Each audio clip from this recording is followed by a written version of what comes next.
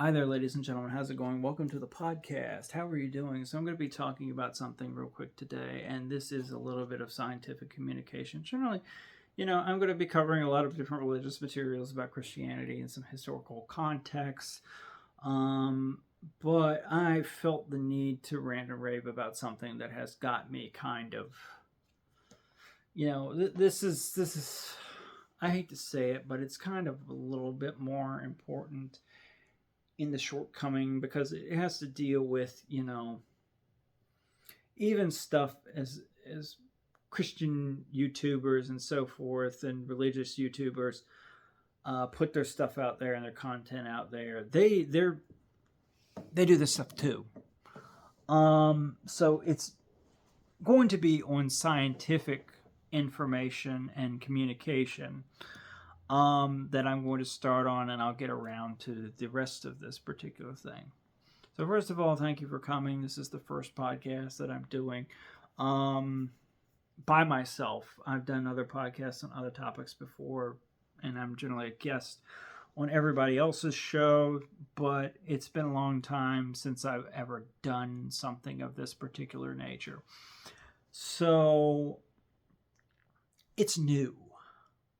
So I'm going to try to keep it a little bit entertaining for people, but also cover some serious topics. And if you have something that you would like me to talk about in the future, please leave it down in the comments below.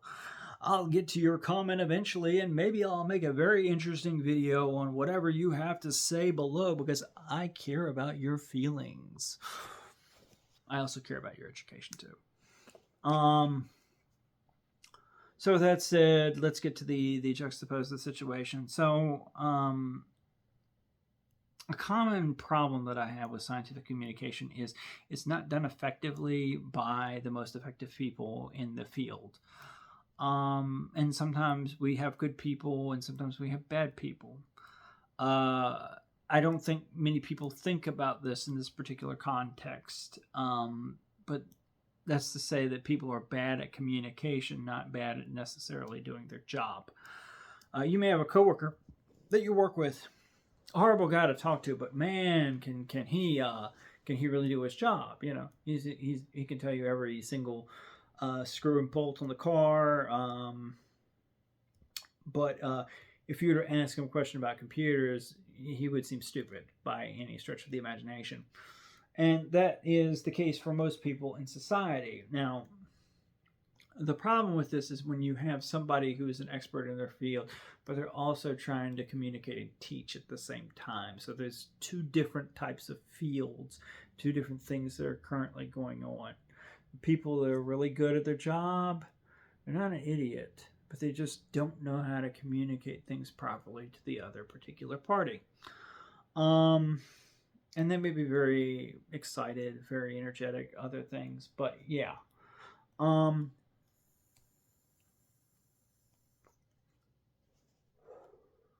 Sometimes these people don't know when to quit too. They don't know what fence post to stop at, where the stopping ground is, where to have mutual respect for another particular individual.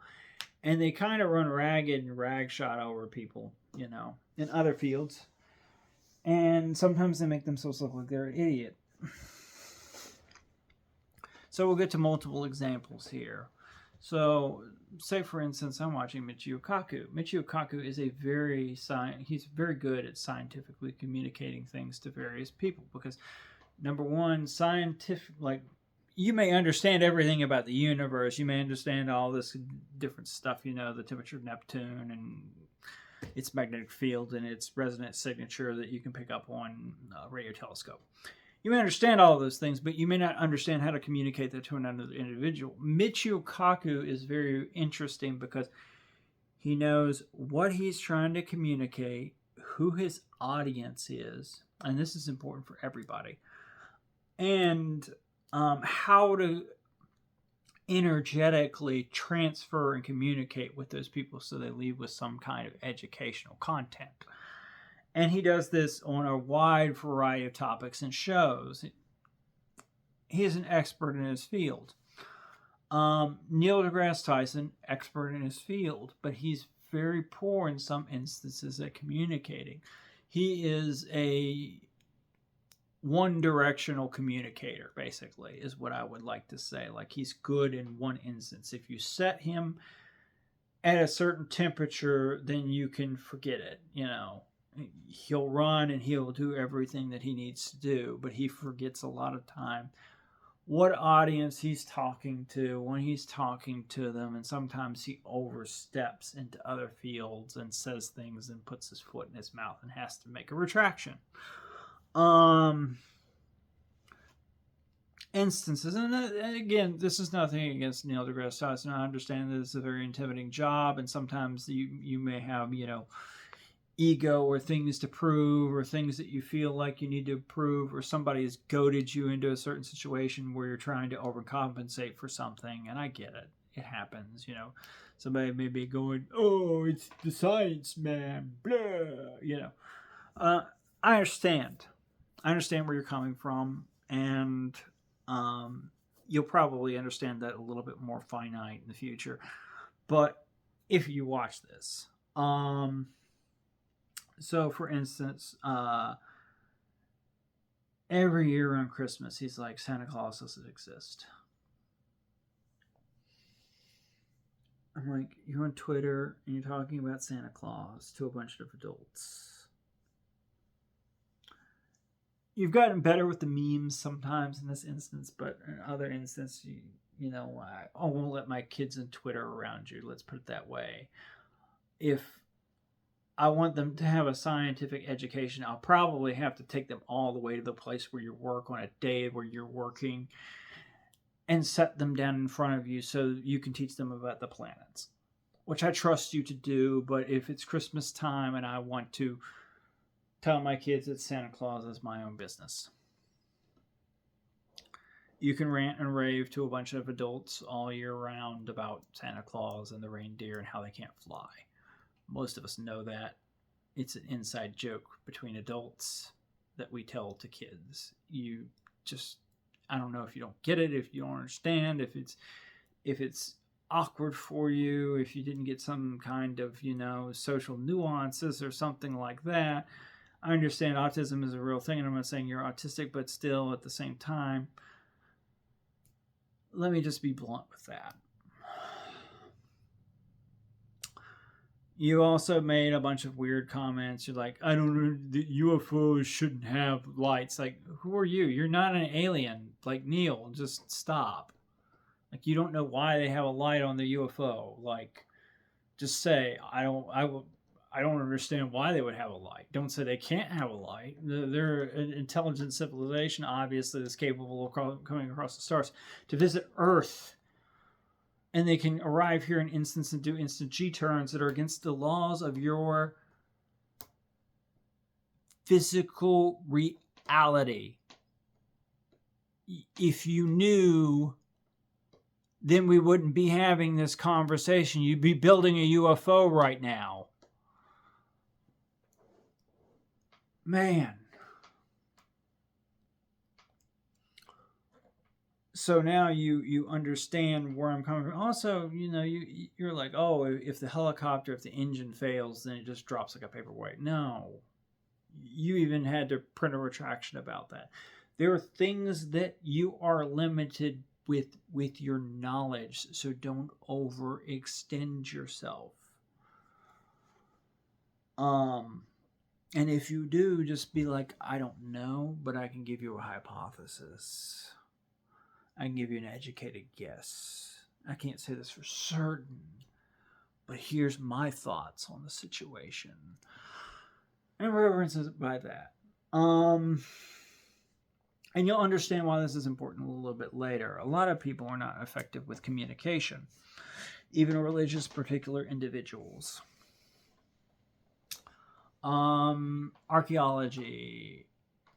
You have different people who run around and talk about, ancient aliens and all that kind of stuff. They're not effective archaeological communicators. They're people who try to live, decent lives and educate people. I think the most closest person to that kind of thing would be maybe Graham Hancock or something of that nature. Because he has very interesting things that he talks about, and he tries to, put evidence in behind his work and other stuff.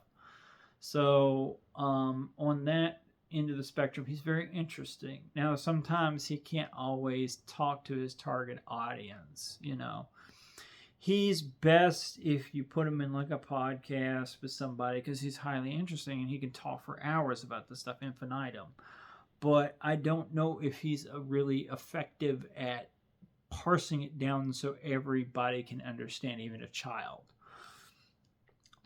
I have to be honest, at least, and fair with this particular situation. And there's some stuff that he probably doesn't know, or some things that he probably doesn't think about in archaeology, where, he may come to a different conclusion and say, oh, well, it's this or that or the other. And there may be a more baseline conclusion that you can draw in this instance. On the other end of the spectrum, you have Zahi Hawass, the obvious president and ruler of all of Egypt that can get you thrown out if you disagree with him on anything and you don't bow down and kiss his feet and kiss the ground that he walks on. I have to be just that way because he's been extra. He was extra on the Joe Rogan podcast, and he needs an extra calling out on this particular situation. Is he an expert? Yes. Does that mean that he's always right? Absolutely not. He'll argue about even the most benign things. And he'll call everybody a liar, and he is an ineffective communicator of anything having to do with any archaeology, because you can't learn anything from the guy because you can't ask him a question without him just screaming about, oh, read my book, or get out of Egypt, or you're a liar. Liar, liar, liar. All Zahi Hawass and his communication with Joe Rogan had to do, with that whole entire satellite ordeal. All he has to say, all you have to say, if he sees this, I hope he does see this. I hope he screams, liar, liar, come to Egypt. I come to Egypt. I show you. Because I would love to come to Egypt. I would like him to show me, and I would like him to educate me. Because I believe that he has knowledge on things that I don't have, and I value that particular insight. But as a communicator, you're terrible. You're terrible at that communication job. You may have some scientific information, but anything that even smallly deviates from whatever you think, you want someone to think, should I say, in a fascistic way, you automatically try to cut them down. And it's very off-putting. And, I have to say this. People, when they come to Egypt, come for the mystery, unfortunately. But you can fortunately educate them, and you can slide the book over there, and you can say, there you go. Read my book if you're interested. It's in the gift shop. You can give a talk, and you can be like, yeah, I uncovered this site in 1975, and I found all these artifacts here. Would you like to ask questions about them? There's your in, my guy. You've got all of these artifacts and all these different dig sites and all these different places that you've been, and you can educate people on each particular aspect, and you have the control in that particular situation. What you do not have control of, and you don't have understanding of, is whatever satellite stuff that they're doing. Now, it may be fake, in your defense. It may be fake. It may be all fake. It may be hubuju. It may be the aliens are trying to come in here and do something, or they built the pyramids or all that kind of stuff. It may be some of that kind of stuff. But what you say, what you communicate to people is important. That whole entire interview with Joe Rogan was wasted. It was wasted. We learned nothing. You didn't communicate anything. You just, whatever showboating, bullcrap, ego-driven madness that you were infected with, just turned everybody off of that podcast. They don't want to come to see you anymore. And it's all because of the way that you communicated what you communicated. People got turned off to it very quick. All you had to say was, look, Joe, I'm a pretty simple man. All I do is I have a really busy schedule. I dig sites up. I review what I find in there and I categorize it. And I have a lot of stuff going on. I'm not a satellite guy. I don't do radar. These people haven't even contacted me. They haven't talked to me. They haven't done anything, and asked my opinion on anything. And I haven't really reviewed their research. It's groundbreaking, whatever it is, and I'm excited if it actually turns out to be anything. But we need to, wait a little while, let it get peer reviewed by other scientists, and see if this checks out. I see a lot of stuff in my profession where people, they jump the gun. They think that they found something, or they found a site, or they found other things, and it turns out to be a stone, or it turns out to be, just a rock or a feature, a geologic feature that's unimportant. It doesn't hold any significant relevance to, what we're trying to do there. There's a lot of stuff to find, too, in Egypt, because it's, we've only excavated between 3 and 5%, and there's a lot of history. Egypt goes back, 3,200 years. And so there's a lot of opportunity for people to find things, but I'll have to wait a little while until I can give you any definitive information on that. And you don't have to even touch base back about that. You don't have to contact this. The ball is in everybody else's court. Everybody else has to now move around you. You've said that they haven't done these specific things. You haven't called it, You calling them a liar and doing all of that kind of stuff says that you're not open to dialogue. You're not even going to listen to anything. You're not open to any new information, and you're not opening to learning anything new.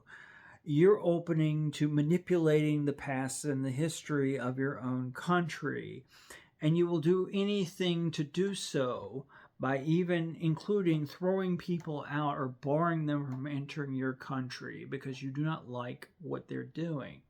If you deal with another archaeologist that has a different theory that you don't agree with, just say, I don't agree with that 100%. I've seen different evidence. Here's my evidence on this particular instance.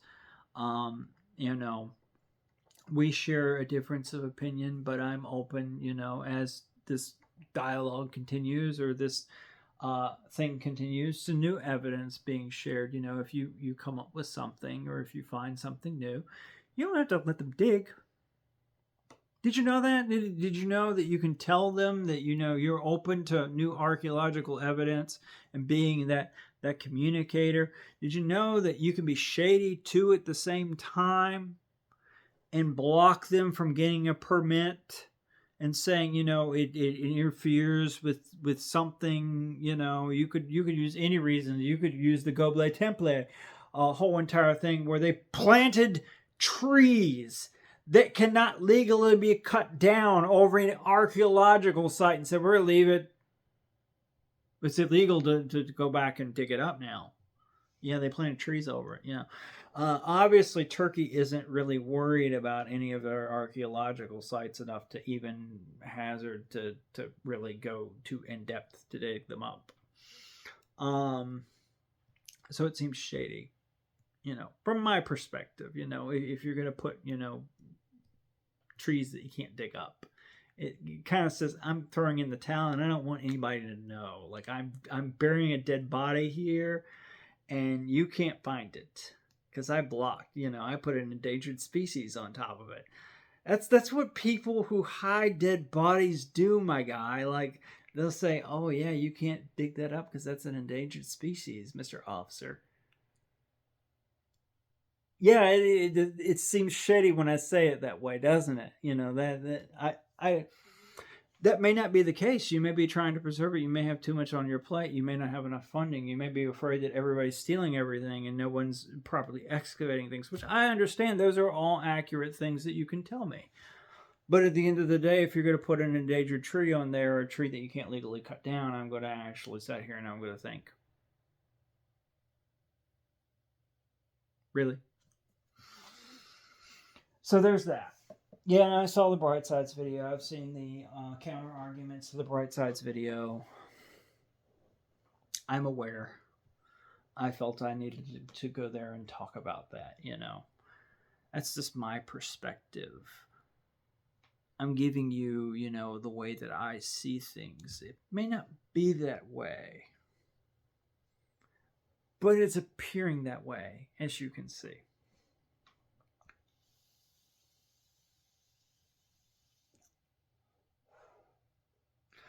So how does this loop back into Christianity? So there's a lot of stuff that I can point and poke and prod at in the Christian tradition and other places where people are unable to debate about it, and they're unable to verify their claims, and they have faith in things that are not testified, that aren't in the Bible, that don't, you know, traditions that they're like, oh, you know, we made up this thing and we've been doing it, so obviously it's legitimate. There are people who will not admit certain things, like, say, for instance, if you were to go back and you study the ball cycle, I had one gentleman that would not admit that if you study ancient culture from the Levant, the Canaanites believed that Yahweh was consorted to Asherah. And so there are portions of the Bible where it talks about Asherah, but you don't have any massive rebuttal against it until later on. Historically, it's just like the prophet shows up and he's just like, I see those things here, but I'm not going to address them. Why is that? It could be possibly because at certain particular times in the Canaanites' history and in early Judaism, they worship multiple gods, but, you know, just disregard the Bible's telling you that, where they reverted to paganism, and just put your blinders on and say, no, that was probably Baal. No, that was probably, you know, that was probably something. No, the Bible tells you that the Israelites, the people living in the Levant, worship these specific gods in this specific order. You can find documentation to it. You don't have to argue against it. All you have to do is admit that it happened, that it was there, that they made a mistake. Why are you trying to cover up mistakes for people in the Bible that have been long dead? I don't understand. You know, people try to glorify certain people from the Bible more than they should probably be glorified. And people try to excuse or try to deny certain things that they shouldn't deny. It's just like with Sodom. People try to, you know, on one end of the spectrum, they're like, oh, let's defend Sodom. And I'm like, why are you defending Sodom? It's like, why couldn't God spare the children? I'm like, do you not understand where Sodom was located? Do you not understand what just happened? Do you not understand the catastrophe that took place? Where, you know, what would you expect Lot to do with, you know, hundreds of kids? What is he going to do with them? You know that every other neighboring society was just wiped out. There were 4 villages and there's one that's left. And God decided in his great and grand mercy to spare that village. Like, what do you expect in this particular situation? So people will take these particular places and they'll be like, yeah, well, you know, I'm going to overstretch and say that God should have summoned 100 mothers and fathers of his own ilk if he was loving and compassionate to adopt all of the kids out of nowhere in the middle of the desert, in the middle of the Dead Sea where supposedly Sodom may have been located. after a massive airburst asteroid, while everybody is, while Lot's running away, while all this stuff is going on, while this place is going to go up in flames, God should have just swept down, grabbed all the children, and set them down in the desert so they could have starved to death. Yeah, just let it soak in. And these societies, and this is the thing that a lot of biblical researchers don't understand, is the societies that are around them, the Canaanites and the people that surround them, and the Persians and all of those people, don't even care for their own kids. You know what they do with their kids? They throw them into a fire. They sacrifice them. These are not kid-friendly adoptive people. In Moses' case, he got lucky. In Lot's case, with his kids, his 2 kids, they got lucky, because guess what happened with them? They immediately turned and went and started the Moabites, which started burning children. Yeah, let that sink in for a couple minutes. They just got saved by God. And everybody always, this is another thing, like everybody always goes, oh, God's evil and blah, blah, blah, blah. Why does he do blah, blah, blah? So he's supposed to let countless generations of kids be sexually abused incessantly for thousands of generations. He's not supposed to intervene because it hurts your feelings. He's not supposed to help in any of these particular situations, because that would be overreaching. Like you made all of these crazy conditions and expectations. And I feel like, biblical people don't effectively communicate this to people. Like, they don't understand. It doesn't click inside of their head why these things would transpire. And I don't think that historical people educate people to the certain extent where that stuff clicks and goes through their head. Like, you have to remember that people had a whole entire different preference of morals, a different worldview, a different point of view. And they were experts for surviving in their time period, and they were experts in their religion and their world, and all of those things combined. Did they effectively communicate this in the Bible? Not really in some instances, if I've got to be honest, and neither do some of the disciples communicate this stuff effectively to people. Some of the stuff that's inside of the Bible, you have to read between the lines, and you have to understand where you are. Just like, say, for instance, with Smyrna, the thing that people don't realize when God is talking about lukewarm in Smyrna had 2 different water sources. One was hot, one was cold. By the time the water got to Smyrna, guess what, ladies and gentlemen? It was all lukewarm, and either it was disgusting, you couldn't drink it, or it was just not refreshing to drink. I mean, it hydrated you. Yes, it was water.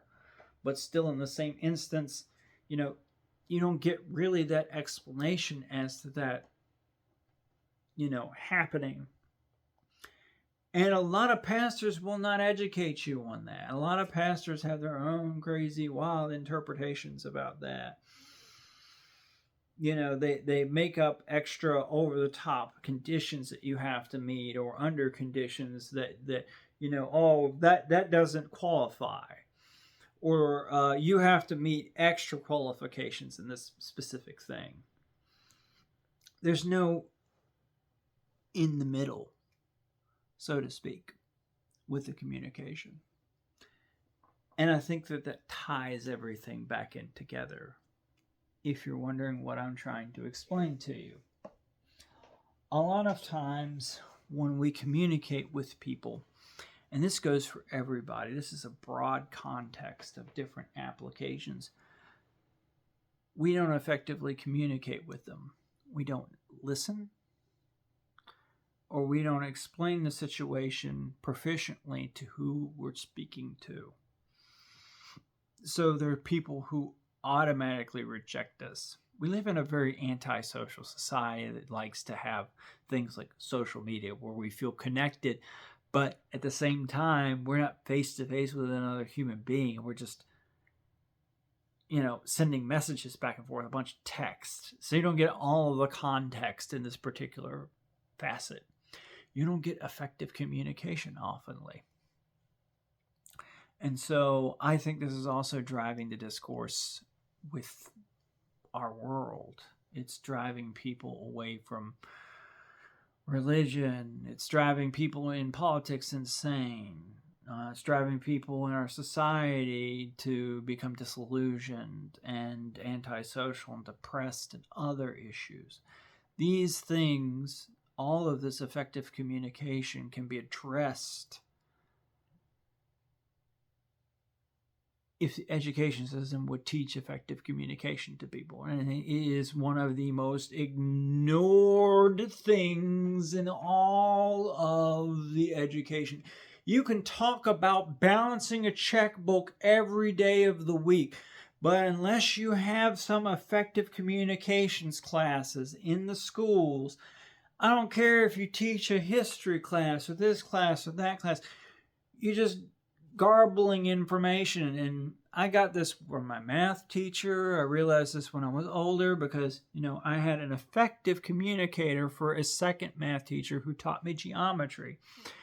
And so my first math teacher that taught me geometry failed me. I failed because she wouldn't effectively communicate with me. I went to college. I took advanced mathematics. I took introduction to quantum physics. I took topology classes to understand advanced mathematics and algebra classes. Do I remember them as much as I used to? Not in the slightest. But I still remember that teacher was an ineffective communicator, and I ended up challenging myself and overcoming those difficulties. Realizing, sometimes it's not always my fault that I can't understand the gibberish, because some people will just, like there's marbles in their mouth. This ties back into witnessing to people.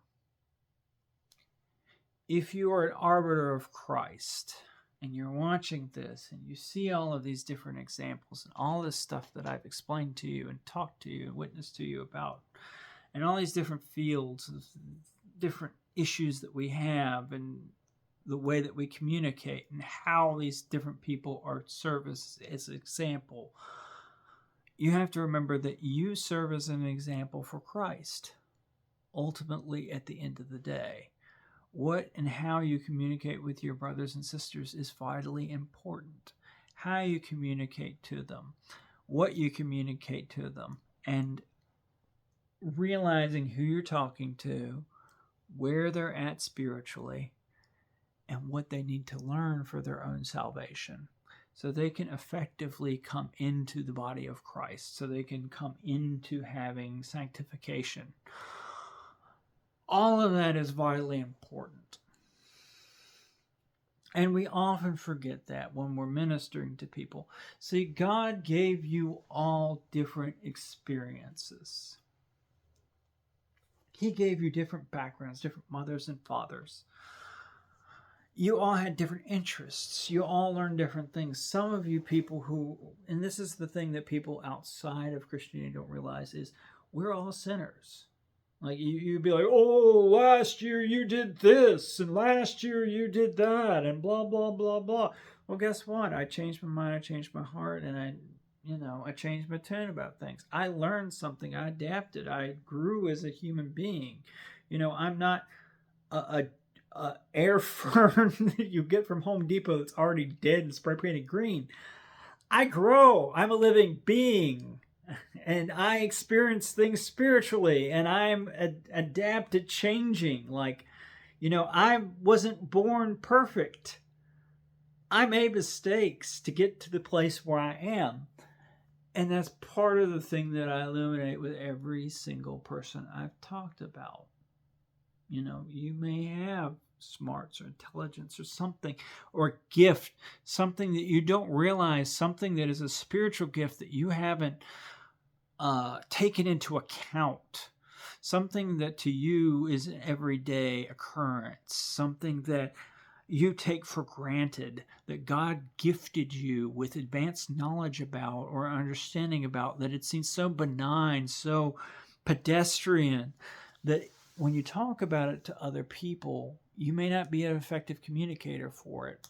And it may go flying over their head, and they may just be like, skibbity dibbity toilet, sigma alpha theta phi faux fum, no cap, you know. So that's something that I want you to keep in mind going forward in your ministry. If somebody comes up to you that's your brother and sister in Christ and says, hey, they go, oh, well, it's pronounced Yeshua or Yeshua or Yahshua or this way or that way or the other or Yeshua, just be like, that's cool. I didn't know that. People say that all of the time here. But here's the funny thing in that particular situation.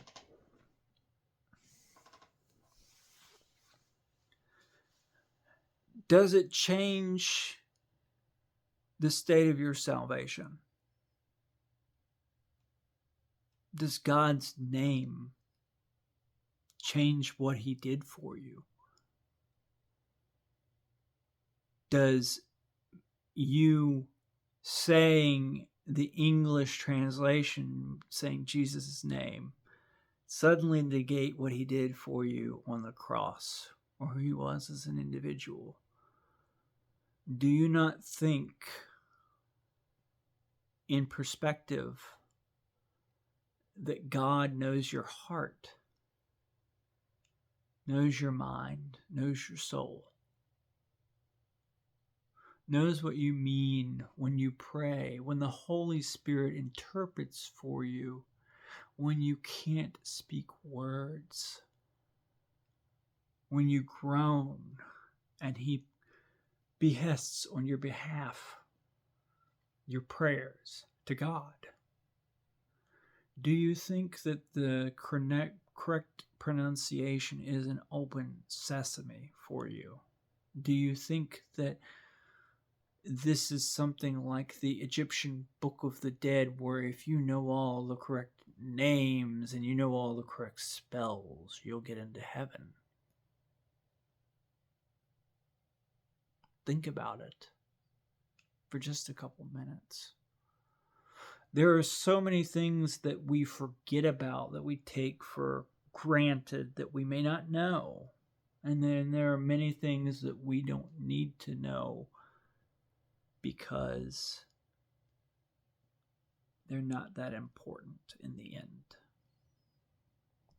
Sometimes the most effective communication in some situations is what you do and who you are as an individual. If you can't make anything translate, if you can't piece together Bible verses or remember anything from the Bible, remember the example of Christ and try to live as closely to that as possible. Try to act like he did and be like he was to people and treat people with that specific compassion and understanding. See, through all of this time, the only person that I've ever really reamed really hard was Zawas. Everybody else I've given a pretty good benefit of the doubt. The reason why I probably singled out Zawas is because he is a prime example of arrogance. And in society right now, we not only face our own arrogance, we face our own stupidity every day. And we're afraid to be corrected by our brothers and sisters, or feel weak or vulnerable to anybody, or confess our sins to anybody, or say, that one time I did drugs in a back alley with a hooker. That one time I went to a strip club and I took 2 pumps off of somebody, stuff like that. We're afraid to seem vulnerable to people. And often in situations where people are being vulnerable to us, where they're confessing to us, where they're, believing in us, we laugh and make jokes about it, and sometimes you have to read the room. You have to know that the crowd's being serious and they want to talk about something seriously with you. They don't want to be a joke or be taken as a joke. And I think also that's why some people, they go the method, the road of that particular man, Hawass. The thing that we need to see, that we need to change in society, is the ego and selfishness of all of us. And we need to live our lives more devoted to Christ. We need to take the Bible more seriously than we currently do. We need to take God more seriously than we currently do. Our society is in trouble in these particular aspects. God is trying to communicate with us, and some people currently are laughing or saying, I know better. And you can see how that is advancedly annoying when someone's trying to communicate with you. The intent of communication is to learn and listen. Listen first, and then think about what's said, and then speak. You don't have to always say I agree or I disagree. You can say that's interesting. You can say I'll have to think about that, or maybe I'll have to research that, or that's an interesting point of view that you have there. These are all ways that you can effectively become a good or better arbiter for Christ. When someone has wronged you, you can tell them, I feel a specific way about that. If they've hurt you severely, if they've done insult to you, turning the other cheek, that's what it means. You can say, hey, you can insult me again. It's whatever. At the end of the day, ultimately, we need to be worried more about what God has to say in a lot of these situations. And we need to learn from that particular example. All of these people that I've mentioned in this video that I've talked about, different levels of effective communicators that you can learn from. You don't have to, when learning communication, learn it from a pastor. There are things in life where God teaches you a lesson from somebody that you may meet on the street. A pastor may not be able to effectively communicate even a coherent sermon. I've heard many sermons where they start out in one place and they're all over the place, quoting all kinds of stuff, going everywhere.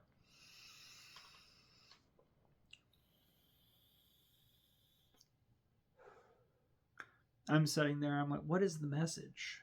What am I receiving from my pastor? I've had really good pastors where they can sit down and they can tie multiple things in. They can tie in a bunch of stuff from start to stop.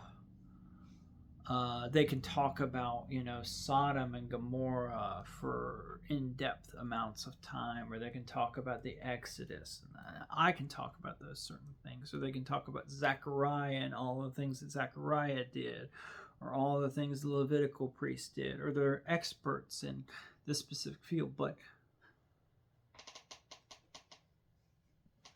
if you're not interested in that kind of stuff, and you're only interested in your salvation, or you're interested in being better in Christ, what Zechariah did doesn't always translate. Now, there's many examples in the Bible. Like, you can read through and you can find whatever season you're in. You may have a lust like David, where you're lusting after women and you're looking for their approval, so you're trying to do anything to win their approval. You may be in a relationship where you are afraid that your woman was unfaithful. I mean, Joseph did that, and then an angel had to intervene and was like, yeah, that really is the Son of Christ, by the way. I mean, the Son of God, by the way. That's Christ. You're going to have that baby. You're not going to divorce Mary, because Mary wasn't fooling around.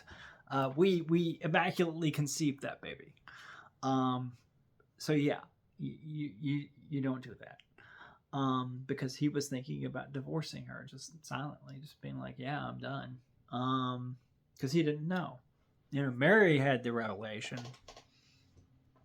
but Joseph, he was like, I'm on the fence about this kind of stuff.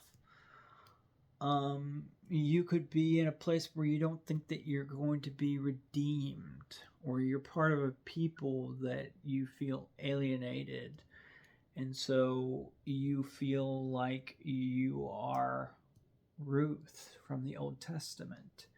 You may be suffering from a crisis of identity in your religion, and you may feel like Abraham, and you may need to travel to have some kind of clarity.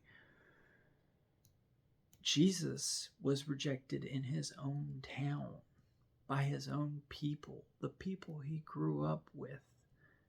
They wanted to throw him out of the city.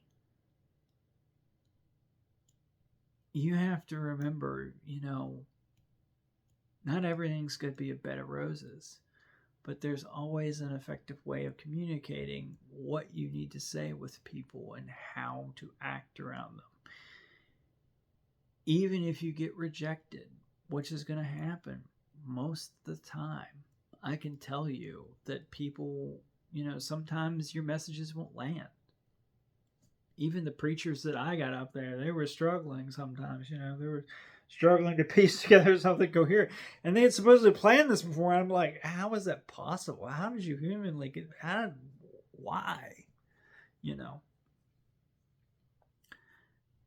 You can see from all of those different examples how they communicated things to people in the Bible, what season they were going through, who they were dealing with, when they were dealing with, the culture at that specific time, how people thought. In some instances, not everybody you will minister to will be saved or will accept Christ. Like I just said, Christ was rejected in his own hometown by his own people. Lot wanted to redeem somebody. We have this desire in us as Christians to find people, to draw them close to Christ. And sometimes those people are going to just reject us outright, and there will be times where you can't witness to people again. Just like with Lot, he went in and he tried to find one redeemable person. Like, he even, like, this is the kind of stand-up guy Lot was. He's like, please, let me just find somebody. Let me find somebody. Like, I have days where I'm like Lot, like, let me find somebody to witness to. Let me find somebody to save. And it's not because I have a savior complex or anything like that. I genuinely want to do good, even if I'm trying to help someone get a ride or donate to a charity, and I don't want any like acclaim or anything for these particular things. I just want the truth in the situation to come out. I want people to be helped. I want people to be safe. I want people to learn things.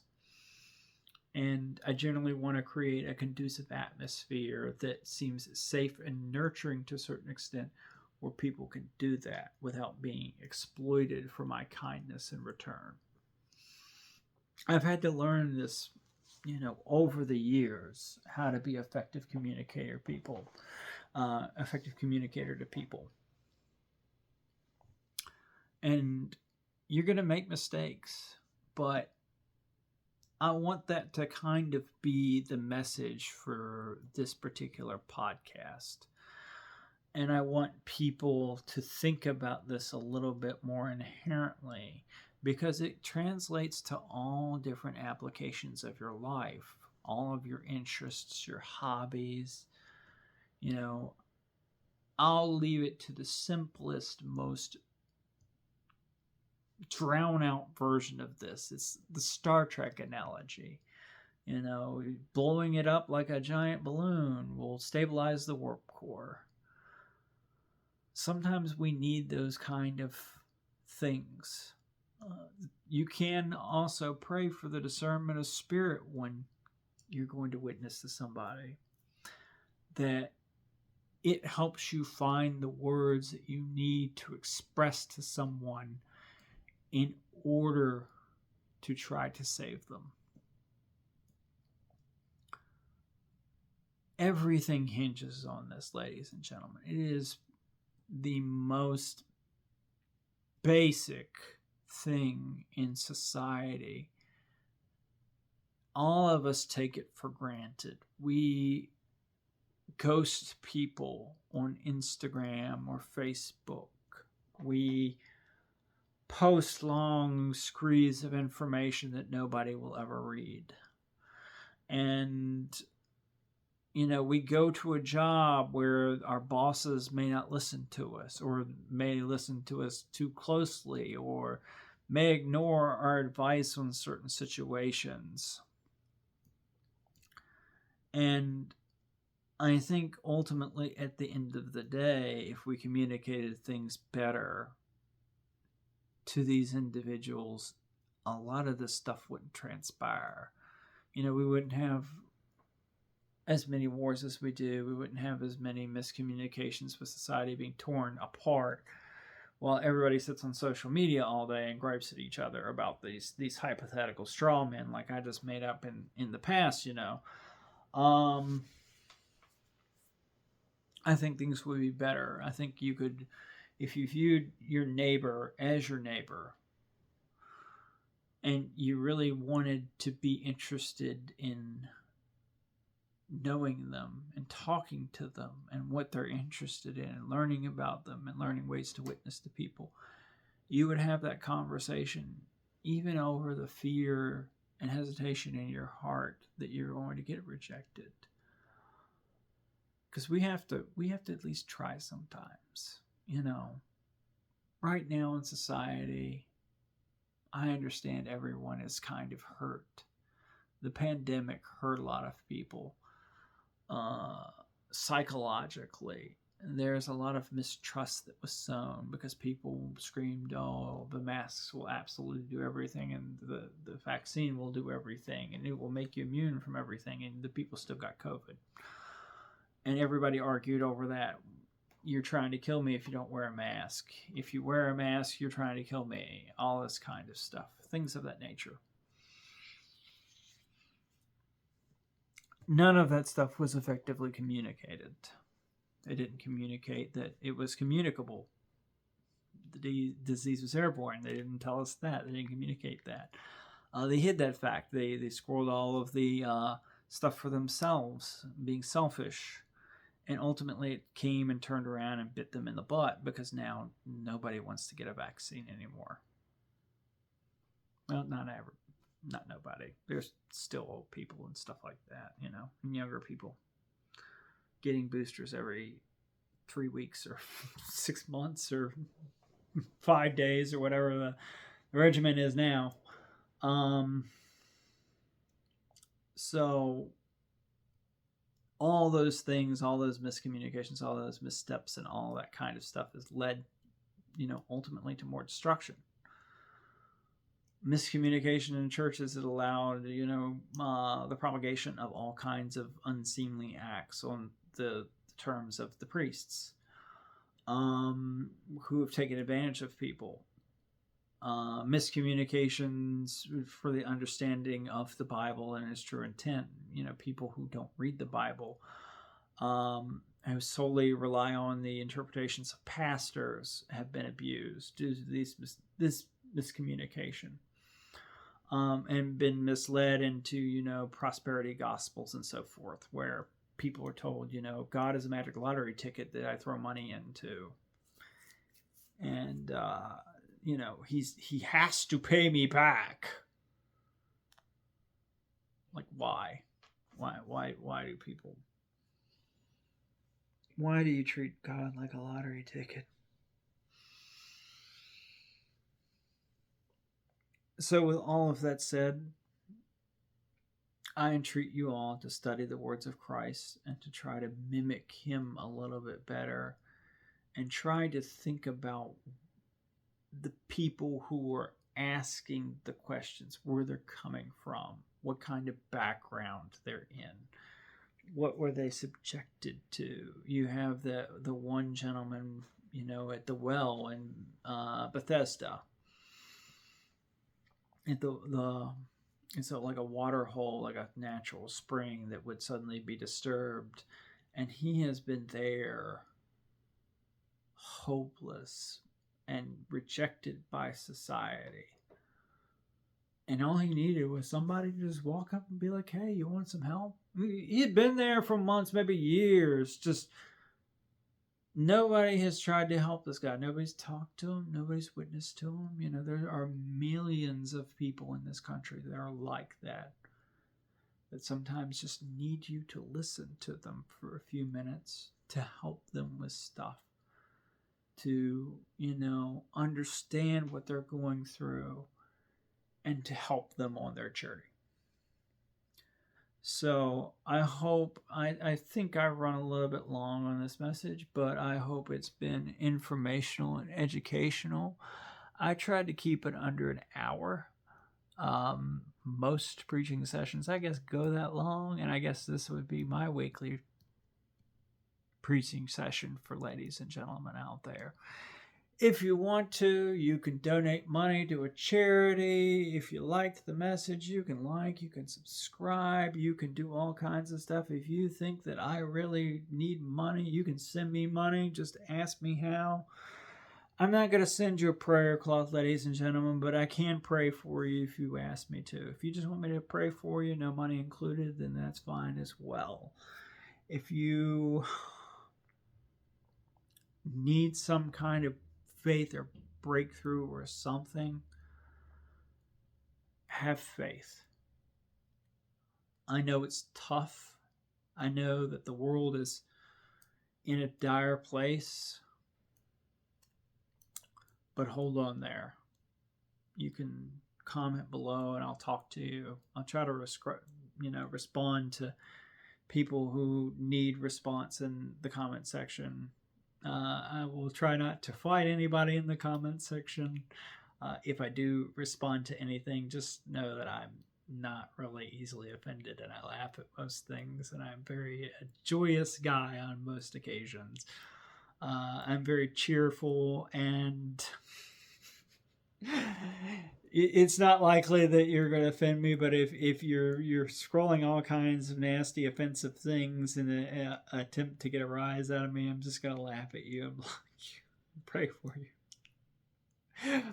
And it'll be funny.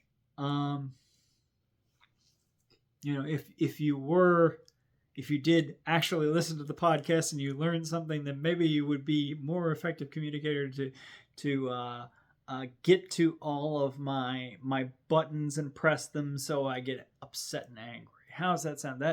That would be an actual accomplishment there for you. Putting, work into that actual communication there. So, anyways, I bid you ladies a good evening and a good night, you two gentlemen. And remember to go to church on Sunday to fellowship with your fellow brothers and sisters in Christ. You have a good night, good evening, or good morning, wherever you are and whenever this finds you. Thank you much, and God bless.